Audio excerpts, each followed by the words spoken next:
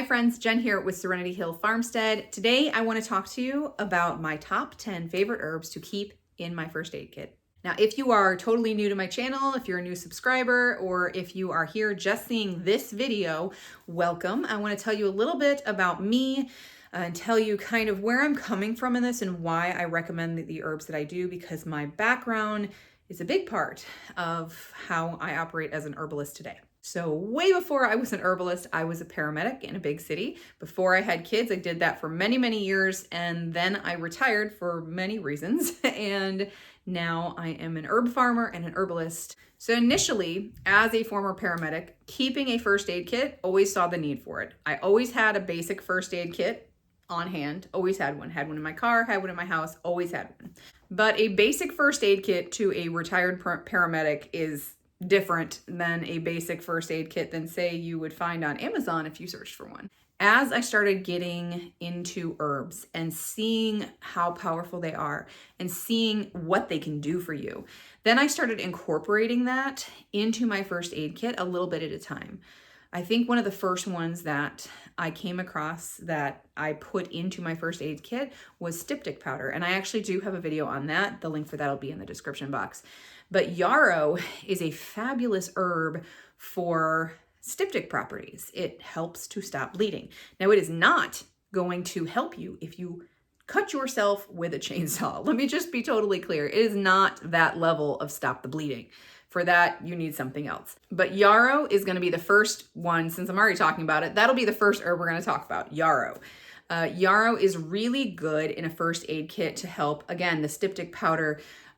If you dehydrate it and you powder it, the leaves are great for helping to stop bleeding. Now, this is going to be mild to moderate bleeding, and it helps slow it down. So how we'll use Yaro is we can, if we've got the styptic powder, I can just take some of it and I can rub it into a wound, something that is real mild. I give a real good example of this. I didn't have it on hand then because I didn't know about it then. My son was prying back a crowbar, a pretty heavy duty crowbar. He was pulling apart pallets with my husband and he was pulling it towards him. You know where this is going, right? And it let loose and came back and smacked him in the face right between the eyes, right on the bridge of his nose. He wears glasses, so I really think that helped save him. Surprisingly, his glasses were not damaged. But that really just, he's got scars to this day, like one here. And on the bridge of the nose, you can't put butterfly bandages. You can't really do anything except apply pressure until it's done. We could have taken him in to do stitches, but we had the stuff there and it stopped bleeding and I was able to clean it, and we put helichrysum on it, which is a fabulous herb. It's called liquid stitches is what we call it as an essential oil. It's fabulous for helping to heal the tissues. It helps to reduce scarring significantly. But if we had the Yaro, then I would have been able to, take a pinch of that or even some fresh leaves and just kind of make a poultice with it and put it on and apply pressure at the same time to help slow that bleeding faster. It also has some wonderful antibacterial properties in it to help with the cleansing of a wound also. Yaro can also be used for helping to reduce fevers. It is a febrifuge herb. Also, it's one of the properties in it.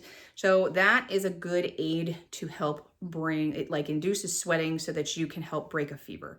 So I keep that on hand in tincture form for one of my children who refuses to take any kind of fever reducer. Now, I am more of a let a fever go, let it burn, unless you are in pain, in extreme discomfort, to be a little discomfort, to be kind of mopey when you have a fever, totally normal for a kid. But if it's extreme or if they're really complaining about a headache along with it, migraines run in our family. So if you don't get a hold of a headache fast, it can turn into something really, really painful for a kid. I don't want that.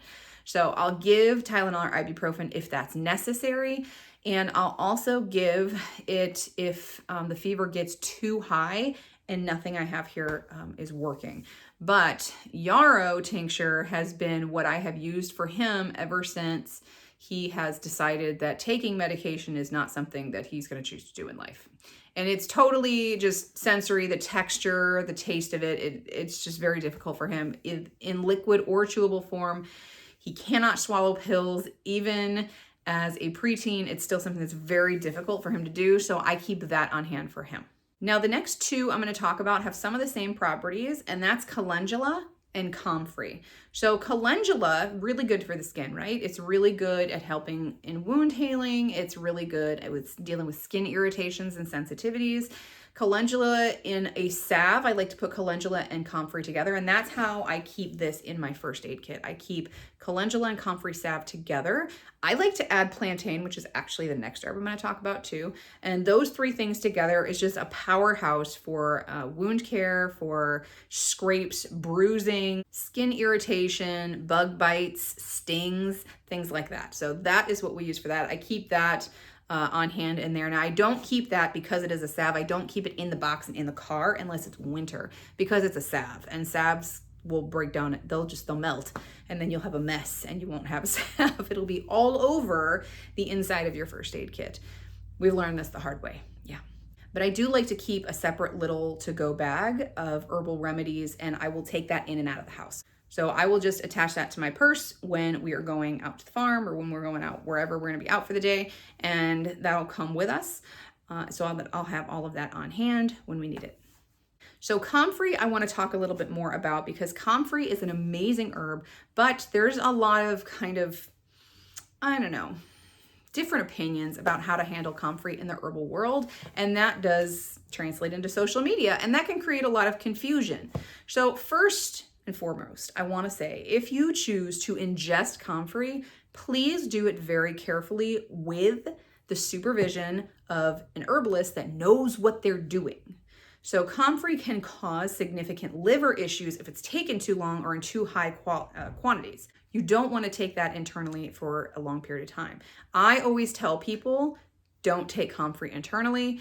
As kind of a general overview, because that's an herb I would rather people not take it internally. If I'm going to be talking about it here on YouTube, I would rather tell you don't take it internally, because I'm not there with you. I'm not guiding anybody. I don't know your personal situations. So it's kind of a blanket. If we're going to make a blanket statement here, it's better to err on the side of caution and not take comfrey than to just kind of go it alone and figure it out yourself, or just do what a book says and go with that, because there's a lot out there that's wrong. And unless you have someone that knows what they're doing, you really should not ingest herbs that have warning labels on them to that degree. So, personal opinion, you ask 10 different herbalist questions, you're going to get 10 different answers, but that is what I always tell people. I would just rather be safe than sorry. But comfrey is fabulous topically, not just for wound healing, but for bone and connective tissue healing. It's really, really wonderful, especially, this is not an herb in there, this is just kind of like, a helpful fact.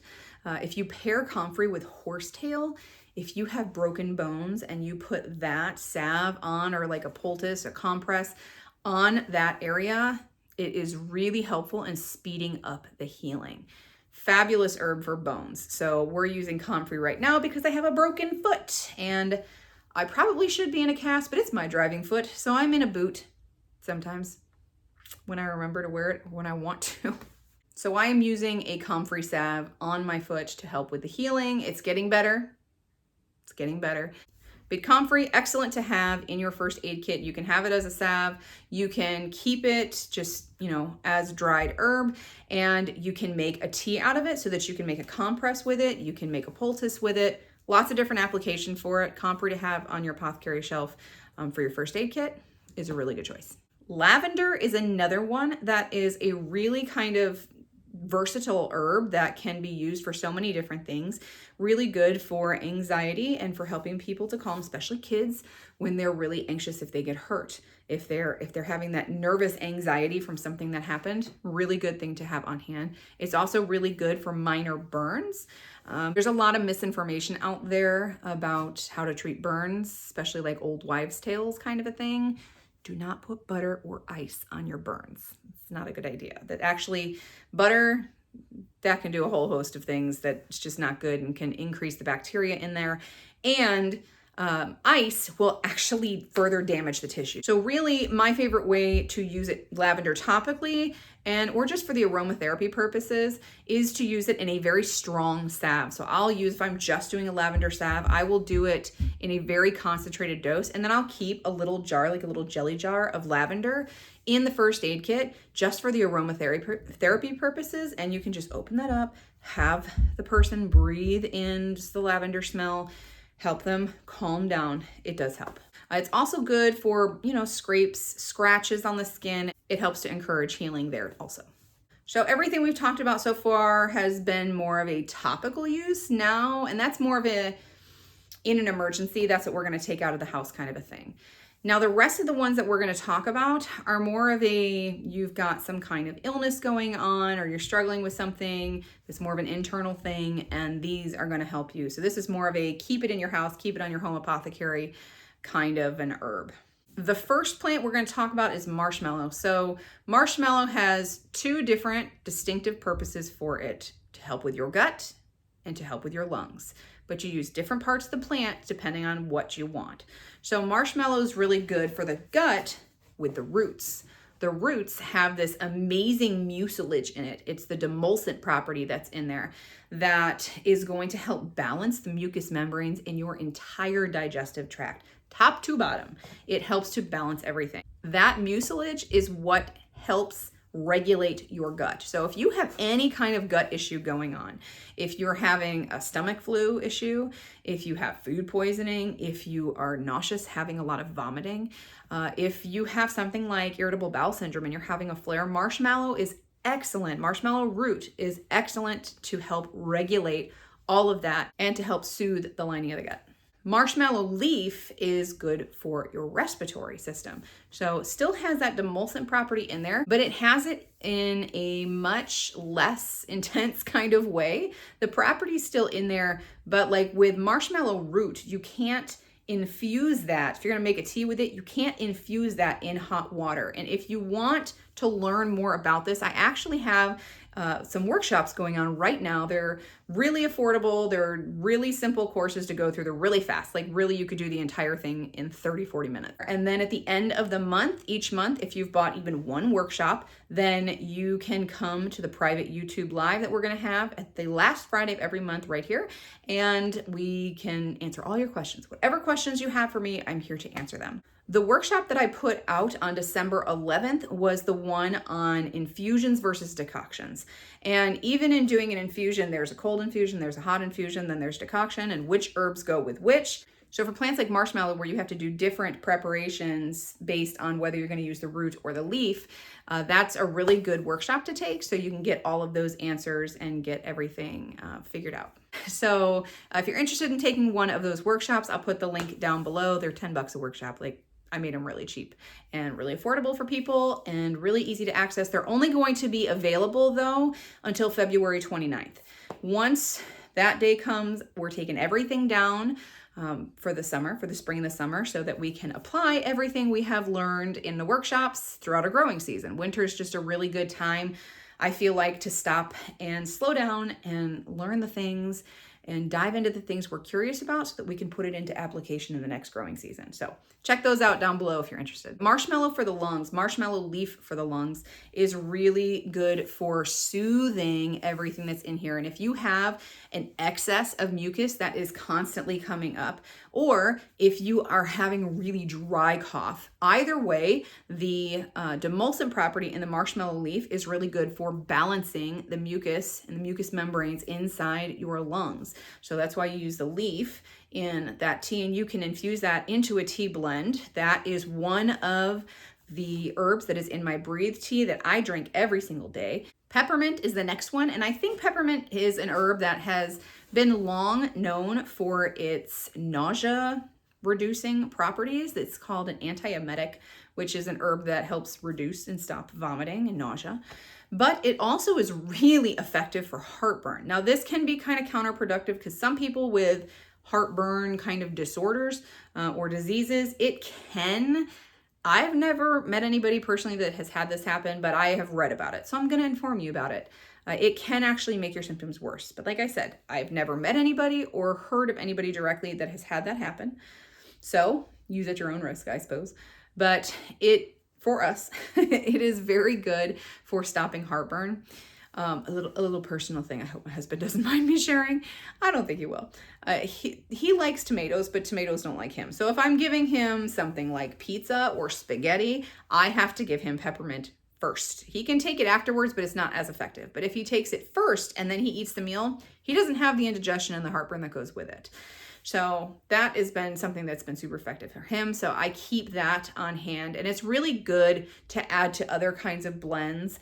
It can be used for topically for some people have a lot of success with it for tension headaches, and they can put that in a salve and they can, rub that on your temples or back here. There's a pressure point right here underneath your ear. Let's see if I can show you exactly where it is.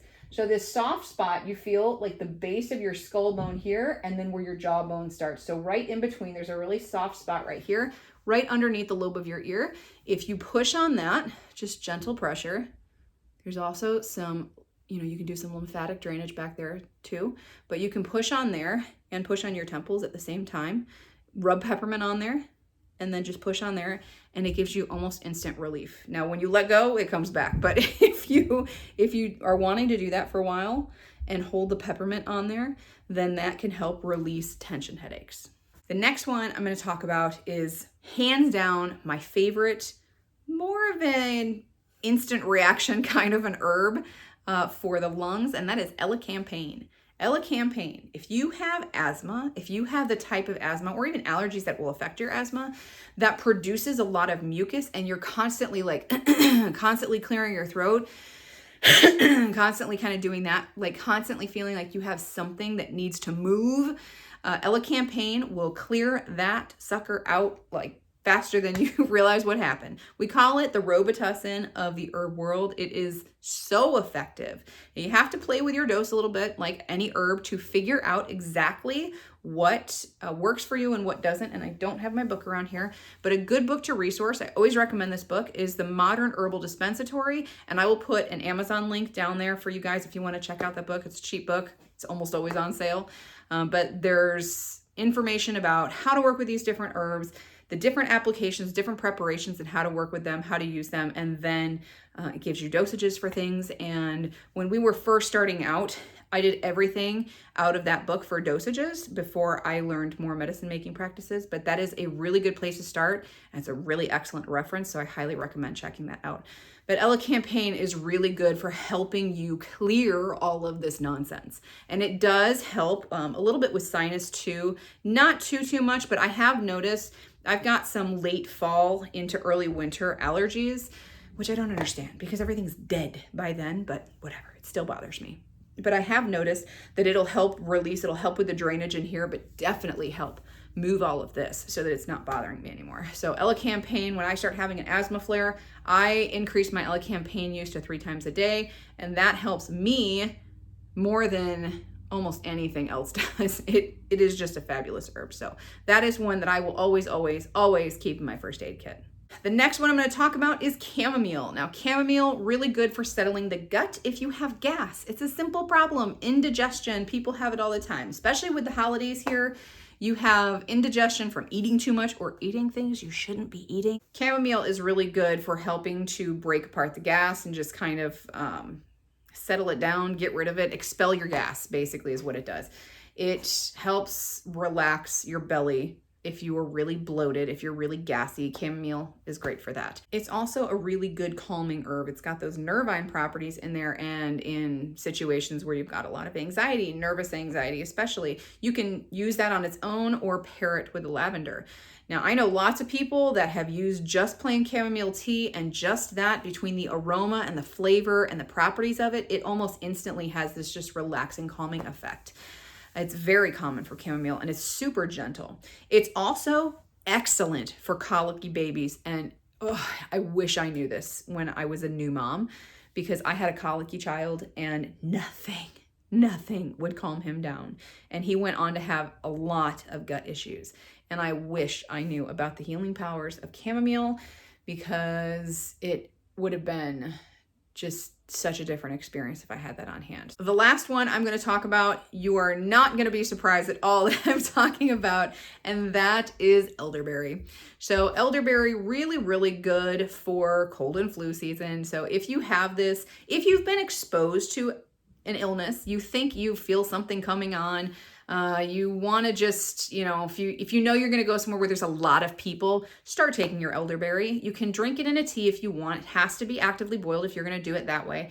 If you're going to make it in a syrup, you can do it that way. But my favorite way to do elderberry is in a tincture. Now, I personally do not take elderberry because I have autoimmune disease, because elderberry is an immune booster. If you are taking an immune boosting herb and you have an autoimmune disease, I want to caution you on taking elderberry, because what you're doing is ramping up your immune system. And in certain autoimmune diseases, if you take an immune boosting herb that works on the same cytokine that elderberry does, then you're going to be increasing the damage that your disease is causing. So let me clarify this a little bit, okay? So the cytokines in your body, everybody heard about cytokines as, COVID was ramping up and everything, right? Cytokine storms and all that. Okay. What a cytokine is not a bad thing. Cytokines are necessary for life. Cytokines are the messengers of your immune system. So what happens is you have this foreign invader come in, and certain cytokines will say, you go there, you go there. They will tell your immune system how they need to respond. There's many different types of cytokines. And there are certain cytokines with ankylosing spondylitis, the IL-6, the IL-8, the tumor necrosis factor alpha, that are specifically impacted when you take elderberry. That's where elderberry works, on those cytokines and some others. So if my cytokines are in overdrive and all out of whack, and they're super hyper, okay, they're doing so much damage, and then I go and take an elderberry tincture that is going to also do the same thing. It's going to say, go, go, go, go, go. We need to fight the bad guys. We need to keep the virus out. But they're working on those same cytokines. Then I'm going to have a major increase in the damage from my AS to my spine and the rest of my body. So I stay far, far away from elderberry and echinacea. I do not take either one of them. So if you do have autoimmune disease of any kind, I highly suggest you do the research on if it is going to impact you directly. A lot of inflammatory arthritises, virtually all of them that I have personally researched, are impacted by elderberry. So if you have inflammatory arthritis, don't take it unless you do your own research that can tell you otherwise. Other autoimmune diseases, like I said, you're going to have to just research your own information. There's a number of books out there that are good references. There is a video link down in the description box, and that is on the books that my favorite herbal books for all levels, but specifically for the beginner. There's a lot of books in there that you can get your hands on. So what do we talk about? Plantain, Comfrey, Calendula, Yaro, Lavender, Marshmallow, Peppermint, Chamomile, Elderberry, and Campagne. Not in that order. I didn't do them in that order. You know what I forgot to say? Plantain on its own also has this amazing property. It's my favorite property about plantain. It is the astringent property. And the astringent property has this ability to knit tissues back together. So adding plantain into things like salves is going to help assist with the tissue healing. And it helps with any kind of like venom exchange. If you get stung or bit by something, it will help to heal and soothe that. If you take it internally, really good for the gut. Super, super awesome for the gut. It can help, again, heal those tissues, those delicate tissues in your gut lining. So if you have something like leaky gut syndrome, something like that, if you have irritable bowel syndrome, Crohn's disease, colitis, if you have any kind of gastrointestinal disorder, plantain, look into plantain, making that a regular part of your daily protocol, because it could be very helpful for you. So there they are, 10 herbs to keep stocked in your herbal first aid kit. Not all of them are going to work for you. Like, this is what we like to keep. This is what I want to have on hand. Now, obviously, I have many more on hand than just these 10, but these 10 are big go-tos for injuries, for illness, things like that. And I do pair them together depending on the person and how they react to herbs, because that's going to be different for everybody, and the situation and what type of illness, because not all colds and viruses respond to elderberry, and some of us can't take elderberry. So if you do want more information on what herbs you could possibly add to your first aid kit, don't forget to check out that herbal book video, because having a good herbal library is very important when you're getting into herbalism and you're wanting to understand what's out there and how it can benefit your family. And of course, if you want to learn more about herbs, don't forget to hit the subscribe button and the notification bell so you can stay up to date on all the videos that we put out. If you are more of a I want to read about it kind of person, I do have a weekly blog that goes out. Check out our website. That's just serenityhillfarmstead.com, where you can find all of the resources and things that I've talked about here today, and a lot more. And if you're interested in purchasing any of the preparations that we've talked about, or, you know, whatever we have in stock, because I don't know what time this video is going out, so I don't know what's going to be there, then check out that link too. So thanks for joining me today. That's a lot of links I threw at you. I don't normally throw that many links at you. Sorry for that. So thanks a lot for hanging out with me today and talking about herbal first aid, and we'll see you in the next video. Bye.